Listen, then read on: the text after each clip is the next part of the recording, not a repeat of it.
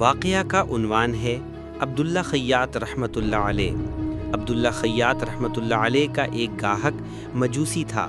وہ ان کی دکان پر کپڑے سلواتا اور اجرت میں کھوٹے سکے دیتا۔ وہ انہیں لے لیا کرتے۔ ایک دفعہ ایسا ہوا کہ وہ اپنی دکان سے کہیں گئے اور اسی اثناء میں وہ مجوسی آیا۔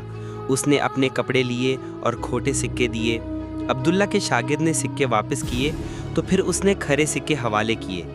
جب عبداللہ آئے اور شاگرد سے پوچھا کہ اس مجوسی کا کرتا کہاں ہے تو اس نے واقعہ بیان کیا۔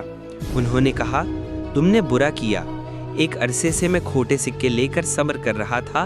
میں وہ سکے لیتا اور کونے میں ڈال دیتا کہ کہیں پھر کسی کو ان سے دھوکہ نہ دیا جائے۔ احنف بن قیس رحمۃ اللہ علیہ کو راستے میں ایک شخص گالیاں دینے لگا۔ وہ خاموشی سے سنتے رہے۔ جب وہ اپنے محلے کے قریب پہنچے تو کھڑے ہو گئے اور اس شخص سے مخاطب ہو کر کہا، اگر کوئی گالی باقی ہو تو وہ بھی دے لو۔ مجھے اندیشہ ہے کہ میرے محلے کا کوئی نادان میرے نام کی گالی سن کر تمہیں تکلیف نہ پہنچائے۔ حسن اخلاق کے حوالے سے یہ تفصیلی گفتگو یقیناً ہمیں کچھ سوچنے پر مجبور کرے گی، اور ہم اس خیال سے متفق ہوں گے کہ حسن اخلاق سے دنیا فتح کی جا سکتی ہے۔ اگر ویڈیو پسند آئے تو چینل کو سبسکرائب کریں اور بیل آئیکن ضرور دبائیں تاکہ ایسی مزید دلچسپ ویڈیوز آپ تک پہنچتی رہیں۔